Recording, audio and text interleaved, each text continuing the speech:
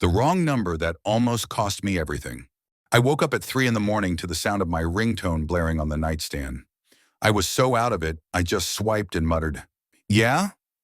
A woman's voice, sounding totally exhausted, said, "Hey baby, I'm finally done.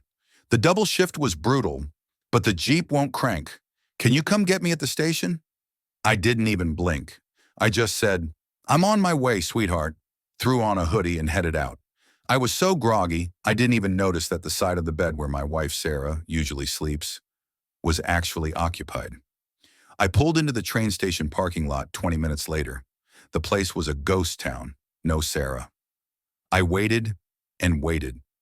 Finally, I see this girl sitting on a bench, looking absolutely miserable.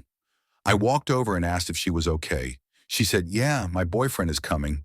He's just late, again." After an hour, I started panicking. I realized I'd forgotten my phone at home. I ran to a payphone, yes, they still have one, and called my own house. Sarah answered, and she wasn't just mad. She was cold. She said, "I watched you pick up the phone. Tell some woman you'd be right there. Say I love you, and walk out the door.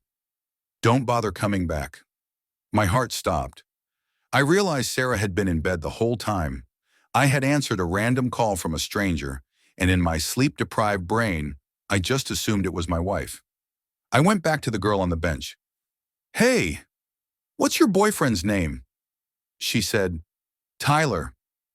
Then she looked at her phone and gasped, "Oh my God, hon, I dialed the wrong area code." It took 3 days of Sarah sleeping on the couch before she finally believed me. Why? Because she ran into a girl at the grocery store who was complaining about how her boyfriend never showed up because she accidentally called a random guy who actually drove all the way there. Safe to say, I keep my phone on Do Not Disturb now.